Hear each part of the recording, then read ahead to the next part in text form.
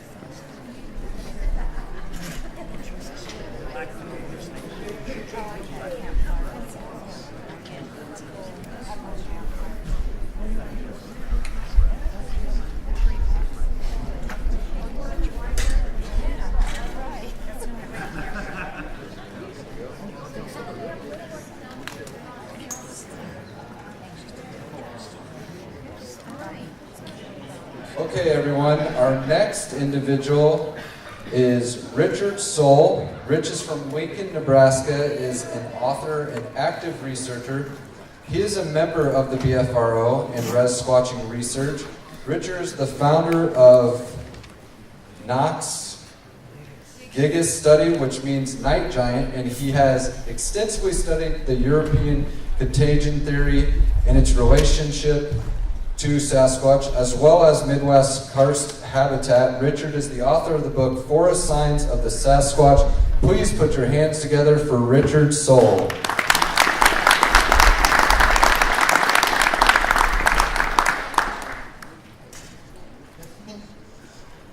Okay, thank you. I had to step down here because it was difficult for me to see the screen from here. I am from Nebraska, so this is awesome to be able to be here today and to have all of you here to be here for the conference. I've got my website here that I have my repository for most of my research that I do.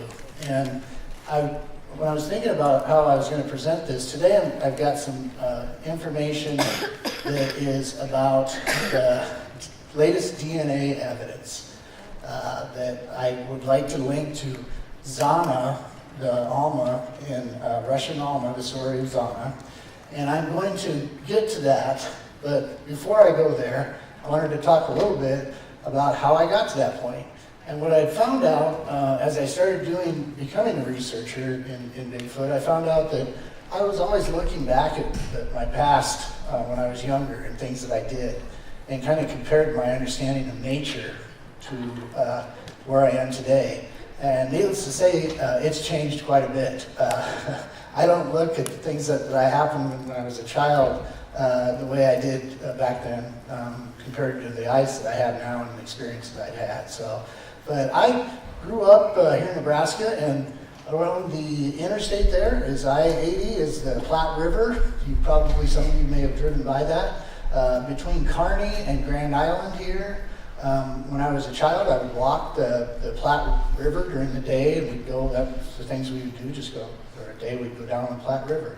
And I remember seeing a crane sitting on the sandbar and just checking it out. It was one that had passed away, it had died, so I was able to get really close to it and look at it. And I got to thinking, as I'm looking at this crane, I got the impression that I wasn't the only one there. And maybe when you were younger, when you'd go into the woods, you would think the same thing, that, something isn't quite right here. I don't feel like I'm alone in this situation. Well, I also would go pick mushrooms, morel mushrooms, along the river, the Elkhorn River, which is up near West Point, Nebraska. And again, I had that kind of same feeling, and it was just that I'm not alone. And as a kid, you're maybe a little more intuitive, and you get more educated in life.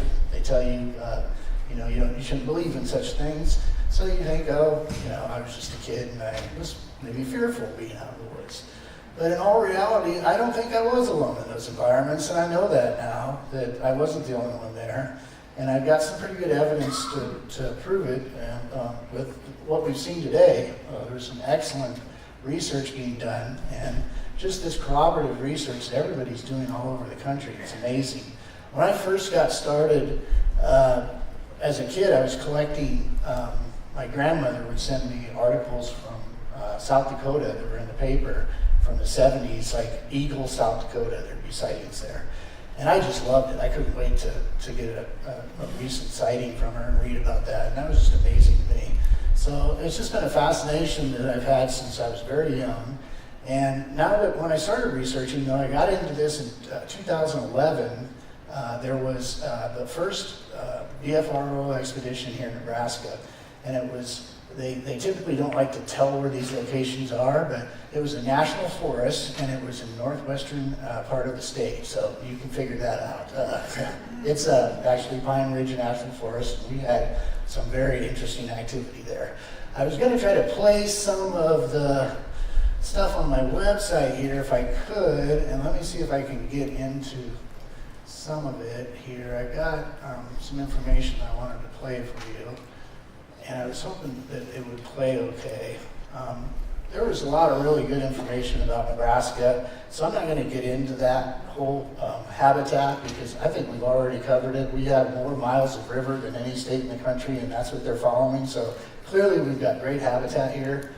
But what I wanted to get into was potentially one of my, let me see which one, this one might be, this was one of the videos that I had taken.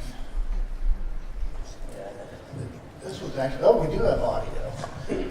Well, this is Kirk Brandenburg of the Bfro.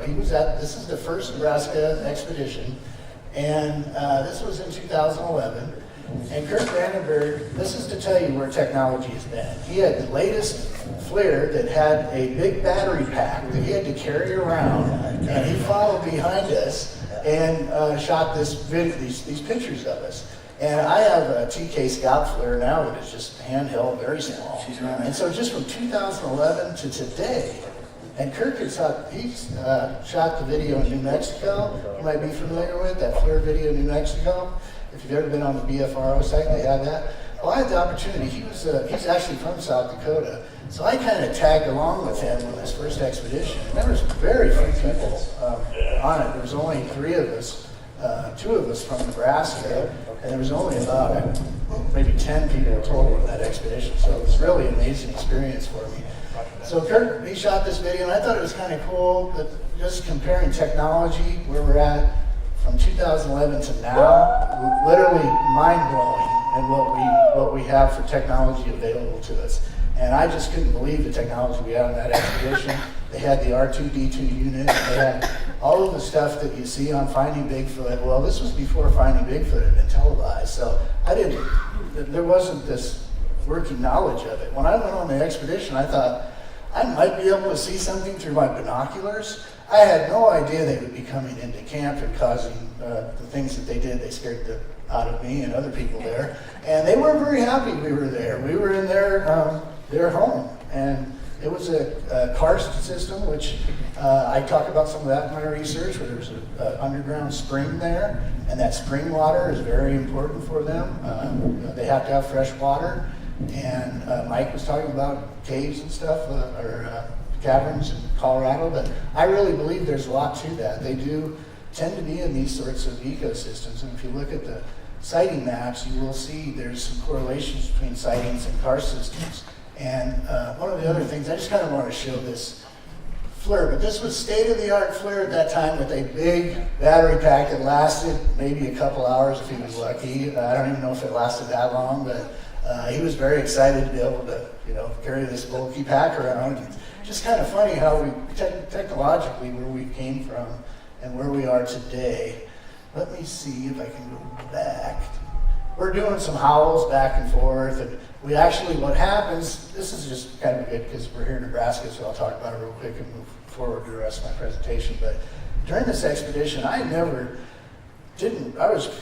thought, I'd been on the internet and knew quite a bit about Bigfoot because I'd been fascinated by it, but I didn't know about mimicking or nothing like that. We had a couple of them that really did some really strategic kind of hunting type technique on us. One came in with an owl sound. It almost sounded like a neigh of a horse, but it was a type of an owl sound. And then as soon as we're all listening to this coming up, we're on the top of the ridge line, and we're like, wow, something's coming up here. We're looking straight ahead, and then right below me, next to me, is a grunt. So here we're looking straight ahead, and one comes right up next to me. Literally could have jerked me right off I'm sitting there on this big rock. And it just blew me away that they were able to get that close. And then I was kind of like, whoa, this is for real. I mean, I just thought maybe, I'm going to get maybe a long, distance view of these. No, they're for real. They're coming in close. So just wanted to give you a little view of that. And let's see if I can get out of this now that we go back. See if I can back this up now. I got myself into this. It's hard to see a little bit, but anyway. See if I can back this up this way or back to the original. Where we're at. Here I am sitting on the rock, so literally it came up this ridge here, and there was one right next to me. I think you can hear it. Maybe now that we played it this long, let's see if we can hear it. Here we go. But this is Mitch. He's the head of the Bfro here in Nebraska. And we had Jim Sorensen, who was down in camp, and he'd been on every Bfro expeditions in 2009. So I just had a great experience with those guys. And it just really kind of got me into the whole research side of it. I learned about, I then went to Iowa. I have my notes here, so I'll make sure I'm following everything so I want to carry on.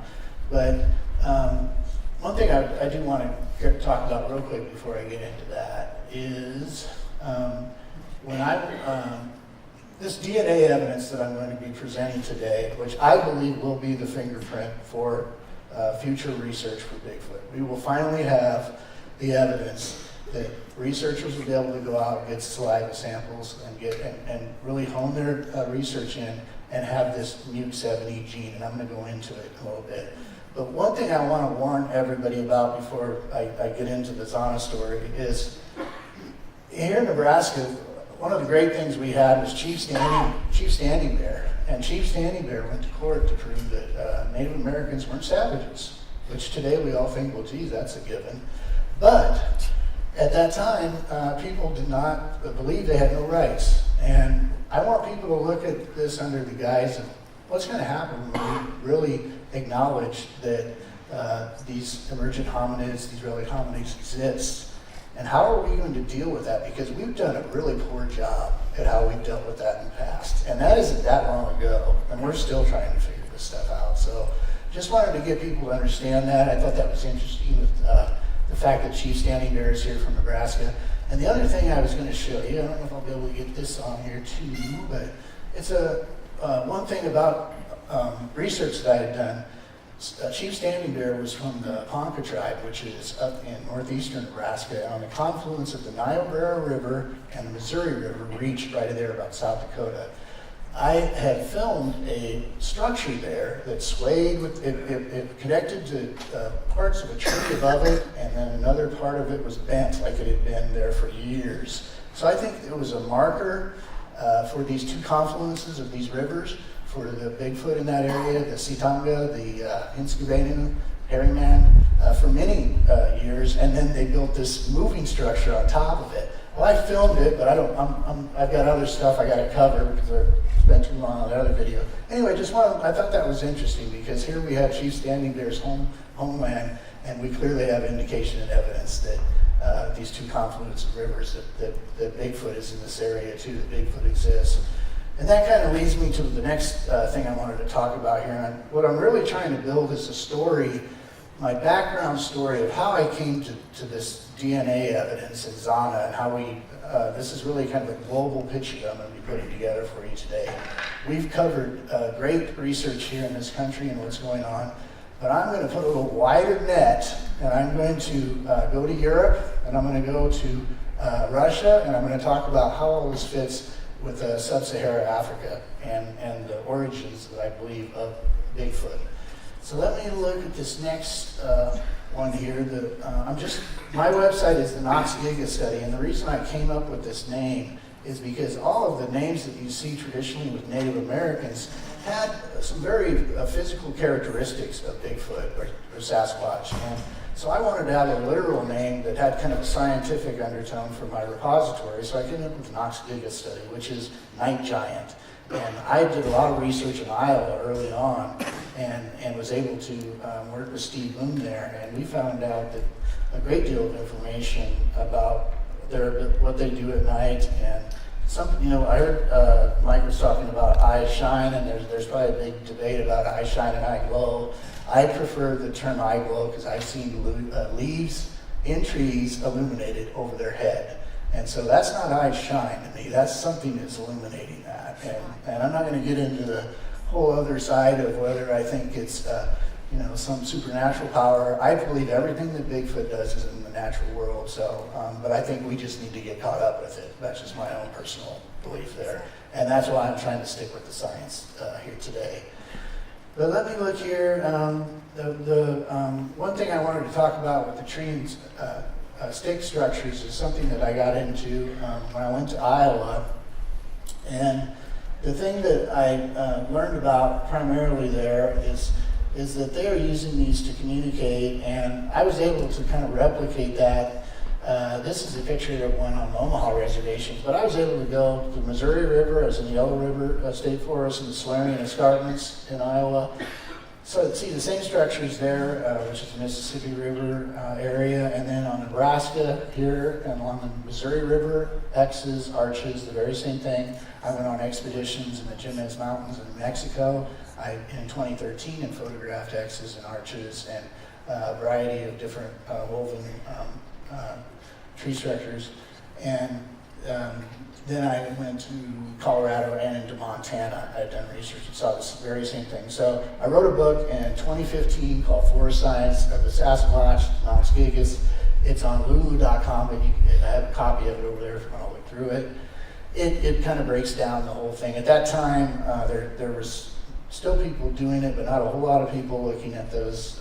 And that's going to be a mystery for us for some time. But to me, that's what we use when we go and do research. Last time I was on the Omaha res, we set up our camp in an area where there was tree structures, and that will get you some attention right away. If you put your tent up in their area where that's their living room, you're going to get some activity, and without question, you may bite off more than you can chew, but Mike was talking about it earlier. I had one grab my foot, they were peeking. I had this tiny little tent, and I should have had my camera, my phone camera flipped around and looked behind me, because Barry, who got in the tent with me later that night, said that as we laid down to go to sleep, one was peeking in the tent at me through the rain fly. So I could have got a picture of one at that time. But at any rate, we had a lot of activity, and that was in August.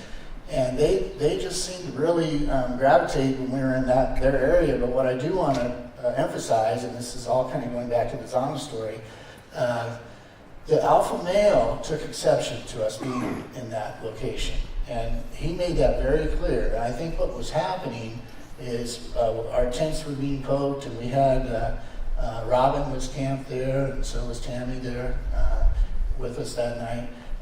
I think what happened was we had kind of gotten into their home, and the young ones were coming up and kind of having fun with us. It's time to play with these fools. What are they doing in our house?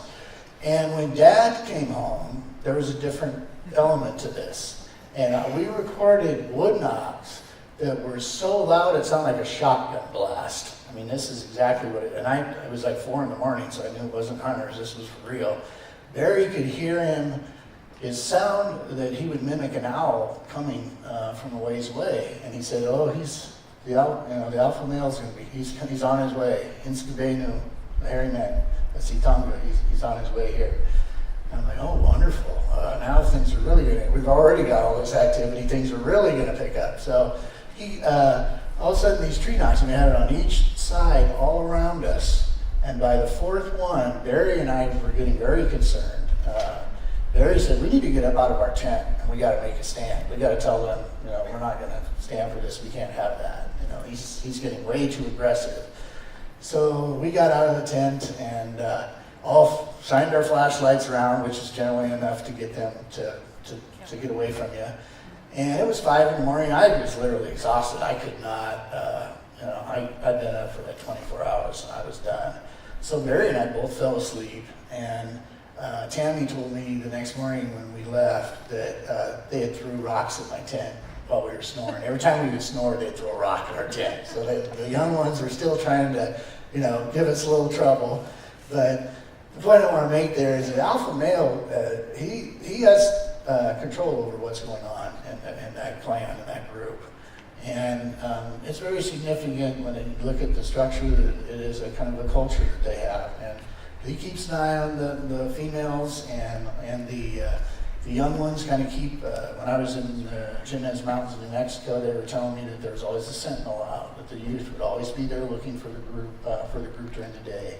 So he pretty much decides on what's going on, who's doing what, and he's not going to let people out of his sight without the females especially, without another male keeping an eye on him.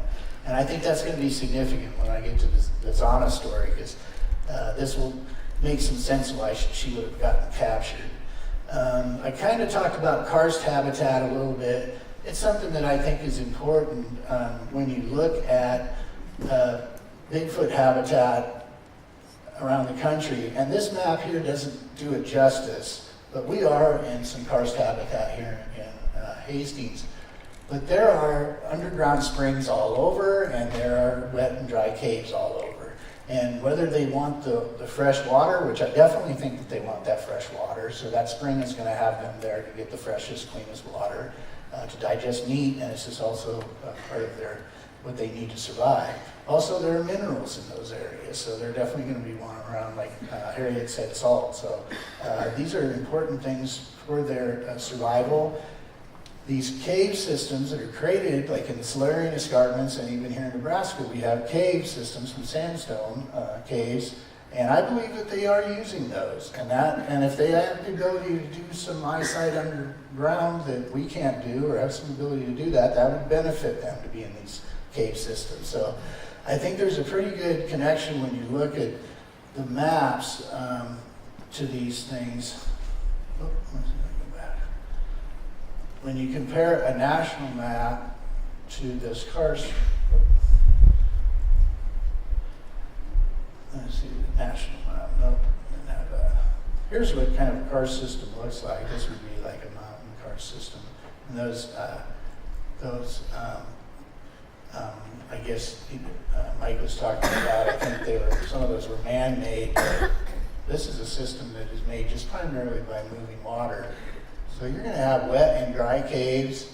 They can access them at different points. I definitely believe there's like the 80 millisecond rule, that if you, our eyesight, we can only see things so quickly that if something's faster than our eyesight, for instance, the sound, if it's over like 40 yards away, it's off. It sounds off to us, and we can't register it very well. And I think the Sasquatch use that rule quite a bit. They play our own perception against us a lot, and that speaks for a lot of their supposed supernatural powers. They also would be able to get in and out of these, escape if they knew how to, if there was a cave or something where we would not know that the entrance of these, and get in and out of places that we would not be able to. But the fresh water is the key there, and that's going to be where they're going to be in those maps. And I thought I had a national map, but that's not being on this one. And here's a picture of Sibylla Irwin. She let me use some of her pictures for a video I did on YouTube, so she does excellent work. Everybody should check out her site. But that's kind of an example of some eye glow or eye shine that people talk about. Let me see the next little section. I want to make sure I'm hitting everything. I did talk about the Omaha rest of my research, so let's get into looking at this phenomenon kind of globally. I want to make sure I have enough time to cover everything, so let me get into what is the kind of European history, and then we'll get into some of the U.S. history of what we're looking at. Europe has a very long history of hominin there also, and like the Bazajuan of the King of the Forest in France. And then I heard somebody was talking about somebody having headdress or doing stuff. I think it was Tammy. But this is an interesting one in Germany, a picture of, and if you look at the morphology of this, he's standing on a tree. I think that's interesting. This is in like the 1500s, and he's battled all these knights, and they're all down. But he's got some kind of head, looks like some woven thing there on his head. And if you look at him compared to this normal knight, this is probably very physiological, to an extent, very exact. This could be 8 foot tall for all we know. And this was, I think that particular picture was commissioned by the king or somebody, but it was fighting the forest in Germany. They also had a lot on, they would, in Europe, they would have on their wood booses would be on, like, adorned churches and all that sort of thing. And so there was a very long history that they had, even in the, let me see, I think I had, yeah. This is an interesting one here. This is an alpine village in Switzerland. And these are men who dress up in these remote villages and throw soot at people for fun during their yearly event that they have. And so these look like some pretty interesting things. Again, it kind of mirrors a lot of what our Native American people have been doing in the U.S. So I thought that was very interesting. And then you get into, let me see, I want to talk about the contagion theory, which is a theory that really put me on this path. There were several epochs in history. And one thing about me, I hear something, I just can't let it go. It's like my mind will not give up if I get something in it. And I thought it just didn't make sense that in Europe, they had all this long history of the woodlouse, and then they had the plague, and then it seemed like this history just no longer existed. Like the king made an effort to wipe out these woodlouses on churches and that sort of thing. And so you got that gap there. Then in the United States, in America, you have the smallpox epidemic that was introduced by the Mayans, actually. They traded with the Spaniards when they first came to Central America, and they brought it. By the time the Spanish armadas got here, there was already dead Native American villages all along the East Coast. They were just decimated by the smallpox. And so to me, it was like, okay, here we have all of this history. Every Native American nation had a name that I'm aware of a Bigfoot, a Sasquatch, sea congo. They all have some name that relates very physiologically to this existence of a hominid here. And then after the introduction of the smallpox, again, we had lost so many people, but we have this gap, and it's like suddenly these creatures don't exist. Suddenly there's no more hominids. So it just stuck in my head that there had to be something there. So while I was researching this, I spent a great deal of time trying to figure out what is the connection between Bigfoot and perhaps smallpox. I really had a tough time. There was a great deal of information of Native American lore that explained that they had interaction with them, and then during periods of disease, they no longer had interaction with them. They just didn't see them along the river for a period of time. So there was very good verbal information that was out there, but there was not a whole lot of what we would call hard science. So that led me to going to Europe and researching the Black Plague.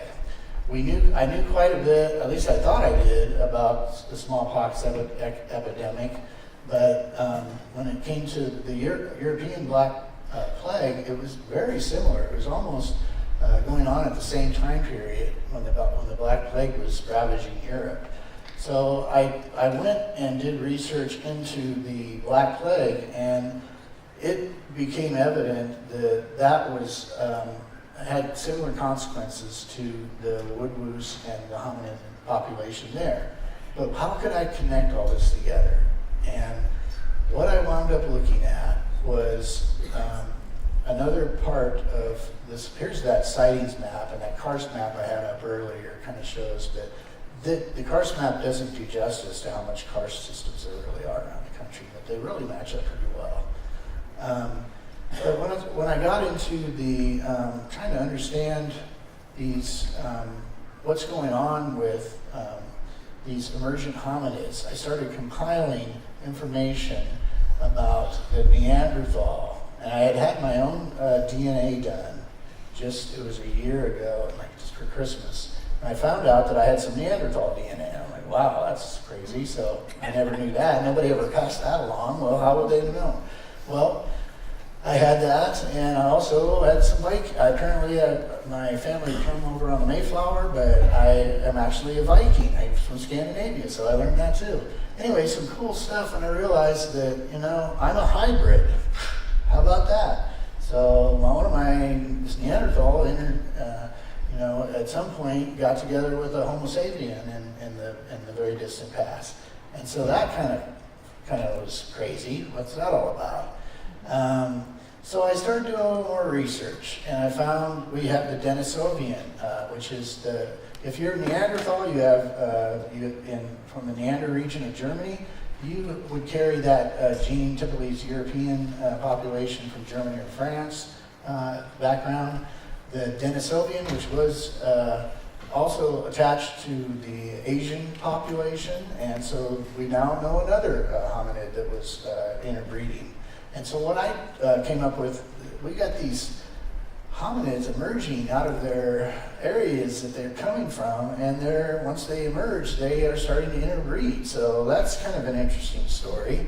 There's got to be something to that.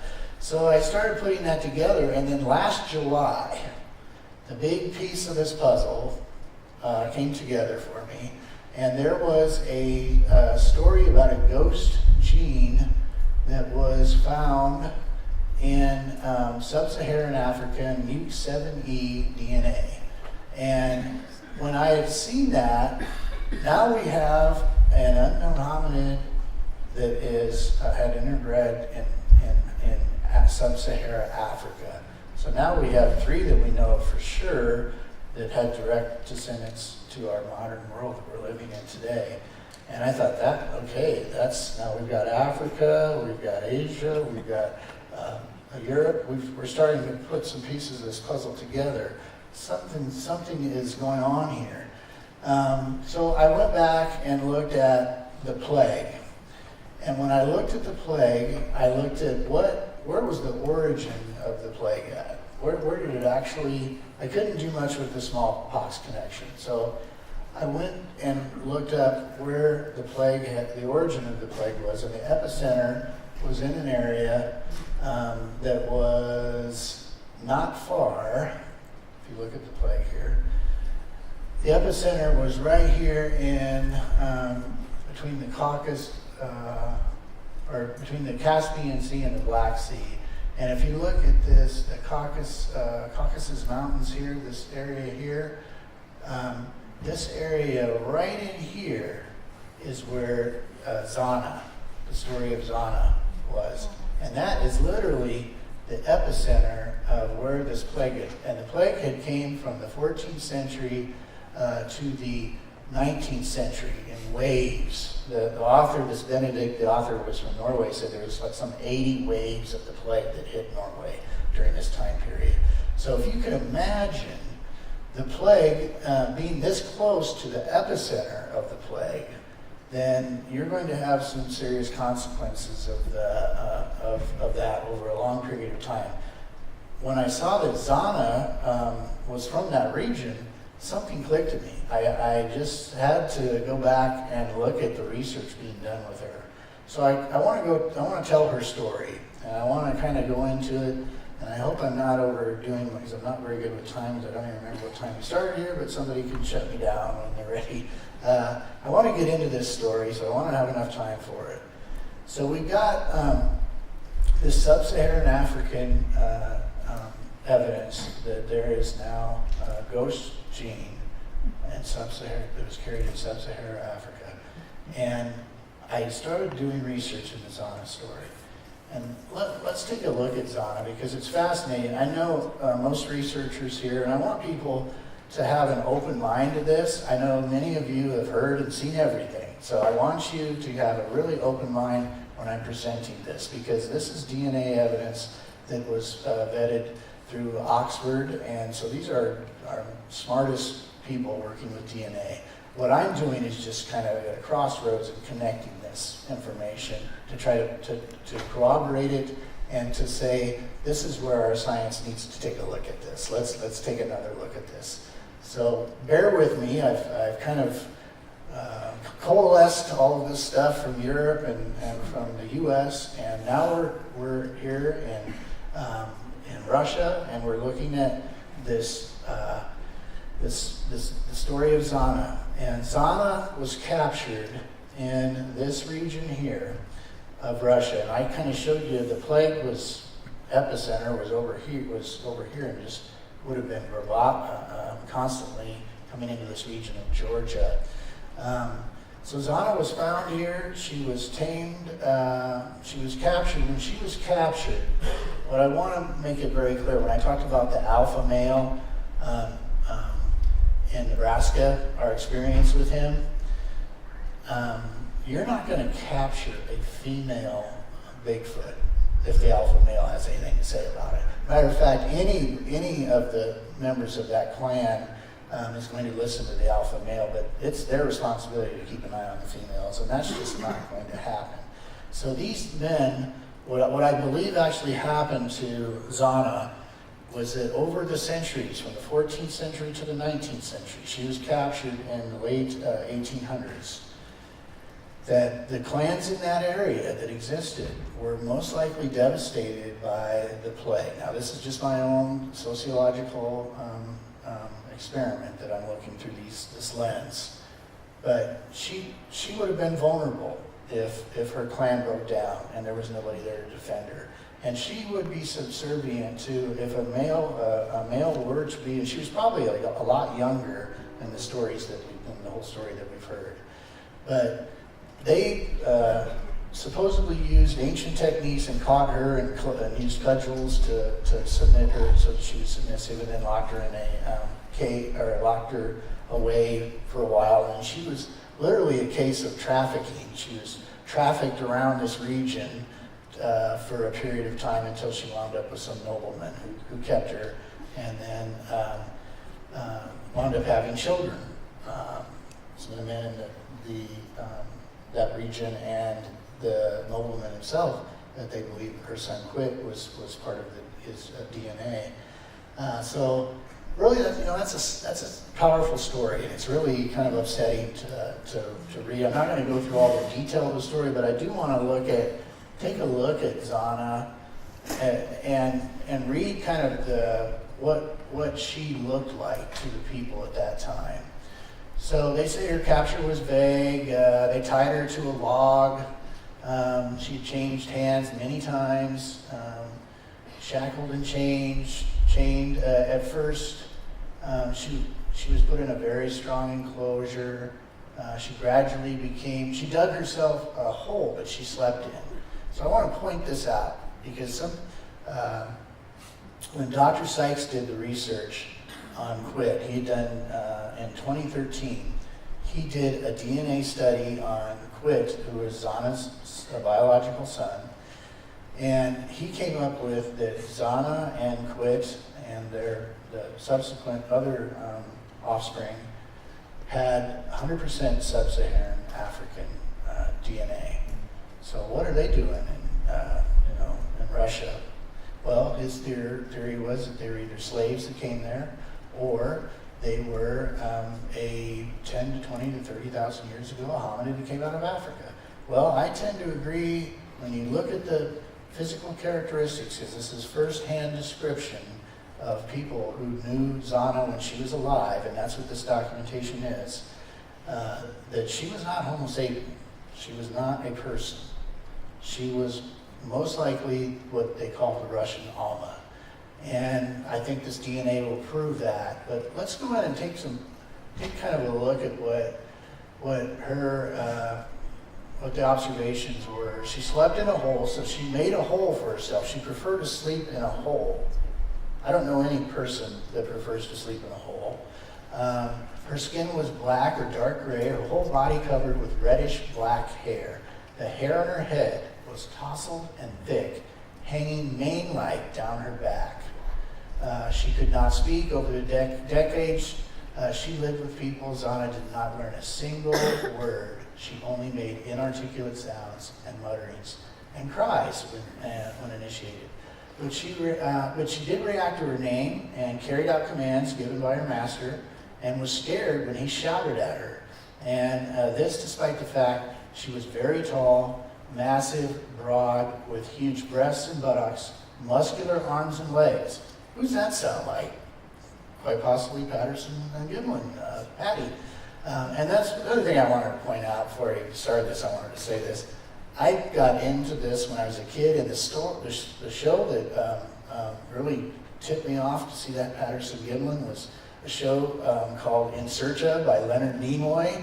And if you're old as I am, you will remember watching Leonard Nimoy and In Search Of. And I think that's the first time I'd ever seen the Patterson Gimlin film. So this is coming full circle for me this week. I can't believe it. I'm so excited that Bob Gimlin is coming tomorrow, or today, or whenever he gets here. But he'll be speaking tomorrow. Anyway, getting back to this. This was not a Homo sapien. These are not characteristics of a Homo sapien. She had her fingers that were longer and thicker than human fingers. She could splay her toes widely and move apart the big toe. If you haven't been back to my booth over there, I have a picture from June of this year on Omaha Reservation of an 18 to 20 inch footprint with its big toes splayed out. And I think that's significant. These are people who gave this information over 100 years ago. and I'd seen her up close over 100 years ago, and they talk about this very same characteristics. If you were to have a sighting of one tomorrow. So I thought that was absolutely fascinating when you look at the physical description that we have of her.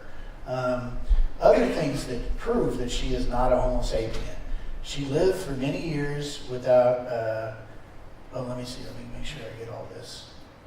She had high cheekbones, flat nose, turned out nostrils, a muzzle-like jaw, wide mouth and large teeth, a low forehead and eyes of a reddish tinge.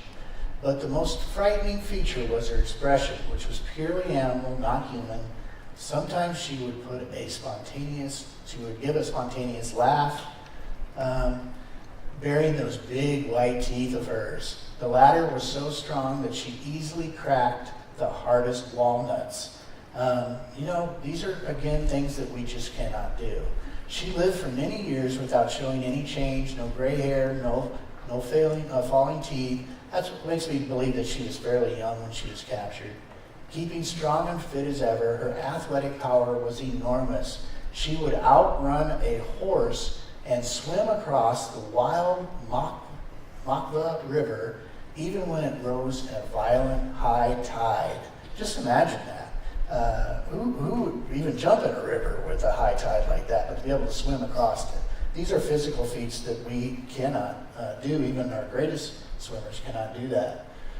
Seeming without effort, she lifted one hand and 80-kilo sack of flour, which is about 176 pounds. One hand carried it up a hill. Unless you're a strong man, you probably won't be able to pull that off. Other things here that she would do, she could climb trees to get fruit and to gorge herself with grapes. She would pull down a whole vine growing around the tree. She ate whatever offered to her, including hominin meat, with her bare hands and enormous gluttony. She loved wine and was allowed her fill, after which she would sleep for hours in a swoon-like state. She liked to lie in a cool pool side by side with buffaloes. Now, I don't know about you, but I would be terrified to lie in a pool side by side with buffaloes. I can tell you that. And we have buffalo here in Nebraska, as in Colorado, other areas. But at night, she used to roam the surrounding hills. She wielded big sticks against dogs, and on other perilous occasions, she had a curious obsession for playing with stones, knocking one against another and splitting them. Stones is something that is kind of an interesting thing too. There are minerals in it, so she could be looking for minerals and possibly eating minerals there. Rock clacking. Again, these are all things that are very interesting. I think they talk about her being as fast as a horse. Let me see. Let's see. She took swims year-round, preferred to walk naked, even in winter, tearing dresses that she was given into shreds. However, she showed more tolerance toward a loincloth. Sometimes she went into the house, but the women were afraid of her and came near only when she was in a gentle mood. When angry, she presented a scary sight and could even bite. But she obeyed her master, and he knew how to bring her to heel. Adults used her as a bulgy figure with children, and Zana never actually attacked children. She was trained to perform tasks, such as grinding grain, flour, bringing home firewood and water, sacks, water mill, or pull off her master's high boots. She became the mother of children, and this is that DNA evidence that I'm going to be talking about here shortly. She had a son quit. She had other children that have children that live in this region of Georgia today. Let's see. The problem with when she did have childbirth, and this also kind of is interesting, she would take she had childbirth with no help. She would take the child to the river, the infant, and put it and bathe it in the river, and the majority of the children she had died. But what happened is the villagers decided that we're going to get the infant from her before she bathes them in water and kills them, and we're going to raise them. And that's why there were living offspring, is because the villagers raised these children themselves. So let's see here. So we have her her son quit, and we're going to look at his skull. Powerfully built, dark skin, and inherited scarcely anything from Zana's facial appearance. The complex of human features inherited from his father was dominant and overall, and the mother's line of descent. Quit died 65 or 70 years old and was described by fellow villagers to be a little different than the human norm, except for certain small divergences. Extremely strong, difficult to deal with, quick to pick a fight. In fact, he lost a right hand from one of the fights that he had. One of the stories that I had read, this was taken from I always make sure I want to get my sources correct, but this was taken from a story from Bigfoot Encounters website, and Igor Burtsev had written this from the footsteps of the Russian snowman by Dmitry Bayanov. So that's where this source came from. But the one thing that I'd heard, and I don't know if it was on this story, but Quit could pick a table up with his jaw and literally hold the table in his mouth and pick it up. I don't know how big the table was, but clearly powerful jaws. If you look at Quit's skull here, you can see there clearly is a difference. They did quite a few, apparently Quit was buried in the same cemetery as Zana was buried. So I would be curious to try to have an effort to try to find Zana. With the technology we have today, if we know she was in this cemetery, then we should be able to find her body.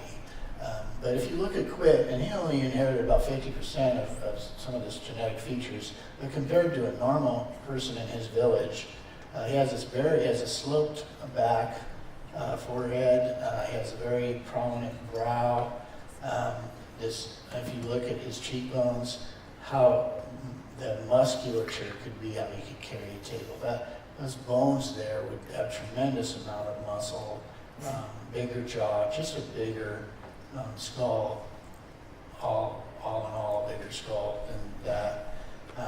And I just wanted to make it clear that this was something that was written about. They knew about her, so we had all this oral history about it.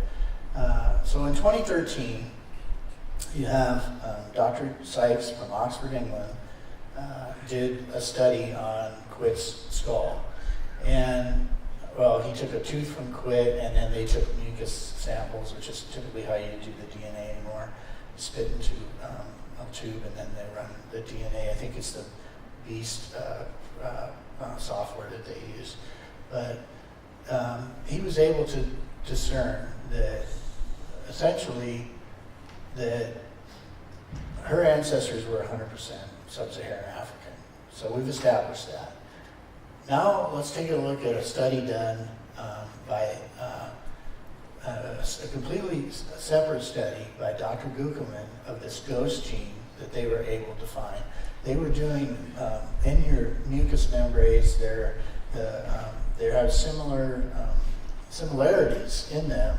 And when they grouped these together, when they did the DNA study, they were able to group together, I tried to make a little graph here, hopefully you guys can see this, but European and Asian, they were able to cluster together. They clustered together European and Asian, which was the Denisovian and the Neanderthal. That kind of all clustered together, so they must have some similarities there. But what they found with the Sub-Saharan Africa DNA and this MUC7E gene, that it did not cluster together with Denisovian or with the Neanderthal. It was its own separate cluster. Matter of fact, it was so wildly archaic that they ran the test many times to figure out exactly if they were getting this right. And it kept coming up that it was only unique to the Sub-Saharan African DNA. This MUC7E gene was just in this Sub-Saharan African population. Now, given the fact in 2013, we know that Dr. Sykes did an extensive study in that region of Georgia with the descendants. He had a tooth of Quit and the descendants of Zana, that they were 100% Sub-Saharan Africa. We now, in 2017, and this was released in July, this ghost gene, and then they did an Oxford journal in October. And what we found is, and this is how it all kind of made sense to me, is that this ghost gene, this MUC7E ghost gene, with its archaic features to it that are so wildly different than Denisovian or Neanderthal, and they are in Sub-Saharan African DNA, that we may have a connection here. Dr. Sykes in 2013 said that the offspring of Zana are 100% Sub-Saharan Africa. We now have a MUC7E gene that is so wildly different in Sub-Saharan Africans that it literally will not clump with Denisovian or Neanderthal. It's wildly different. And these two things to me intersect. We have two things going on. We have Sub-Saharan African research done by Dr. Sykes in Oxford, and now we have this Dr. Gokcumen, who has come up with this MUC7E gene. What I would like to see happen is that we go back and we try to find Zana. We really put some money. This to me is some research that really needs to go back and explore. I did send some emails out just this week because I just put this together like a month ago. I've been doing this research for a long time, and it took me forever to try to find some connections. And I came across all this, and I just got so excited that I had to talk. I was fortunate to come and talk to you guys about this today. But this is just the beginning. I'm just forming this question for the researchers, the experts, the genetic experts, to go out there and look at this MUC7E gene. And let's see if we can go back and get the offspring of Quit and his children that are alive today. Let's compare that MUC7E gene. When I did my own genetics, they were able to tell me that Neanderthal was thousands of years ago. Well, if Zana introduced this MUC7E gene, if she has it and introduced that into the offspring of Quit, that will only be a few generations ago. That's modern introduction, which tells me that the modern Alma, that she was an Alma, she was existing here in modern times. And so we now have a fingerprint. If they can corroborate this, which I'm either 100% wrong or I'm 100% right. I feel that strongly about it. And I'm standing here with the science today thinking I'm 100% right.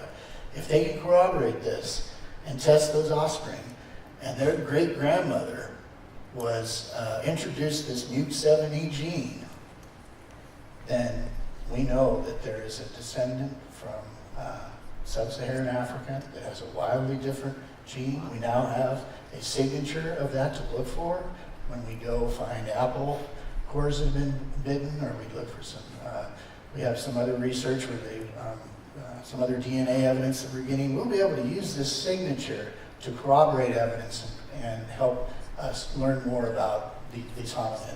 And I believe it not only is going to be prevalent in the Russian Alma, but I believe what we're going to see is that it's going to be, okay, yeah, I'll just tie it. That we will see this MUC7E gene, and a variant, probably combination in the Yay-Ren in China. Probably you might see some of the Denisovian with that, but clearly this one they're just seeing the Sub-Saharan African and the Alma and the Russian Alma. So you may not have that variant, but there's a possibility you have.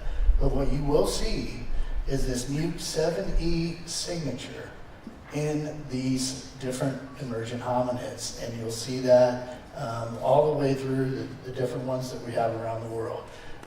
I really feel that strongly that this is the origin of our Bigfoot. They probably came through Alaska that way, just like we did. They're no different than us. They were able to, over thousands of years, migrate around the world. We will see Bigfoot in this country would have a high probability they would carry this MUC7E gene. I'm almost 100% positive. So exciting stuff. It's just the beginning. I would like to see the scientists today that have done this research come together, and if they can get this answer for us, we can have a blueprint now for us to continue research and be able to really say this is scientific fact. If you don't have a body, or if you do have a body, if you have a leg bone or whatever, just the Denisovian, it was just a finger, a small finger. They did DNA to prove that. So we have DNA, but we don't have necessarily the body. Well, we have quit skull. So there's some things to put together, but this is not that hard to do. They've done all the hard work. We have the evidence here. So for that, I'll wrap it up. I think hopefully it made sense. If anybody has any questions, they can ask me. Otherwise, this is my website, the Knox-Gigas study. You're more welcome to contact me through email. And I hope you guys are as excited about this as I am. So thank you for listening today.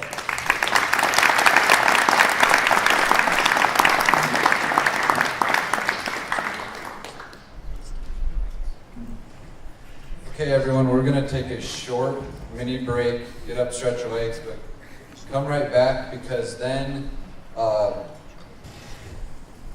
Finding Bigfoot, Animal Planet, Cliff Brockman will be presenting. So take a quick break and hurry back and we will get going.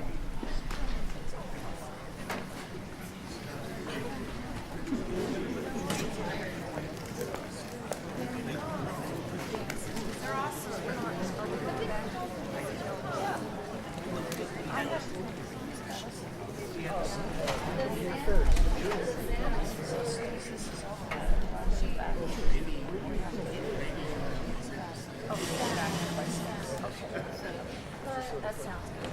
Yeah. Okay. That's less. Okay. That was. I know that very well. Yeah.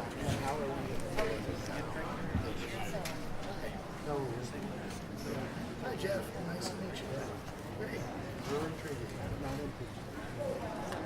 Well, I'm barely. Okay, good. This is the hard evidence that we need to prove. This was Dr. Sykes. This was Dr. Sykes. Yeah. This is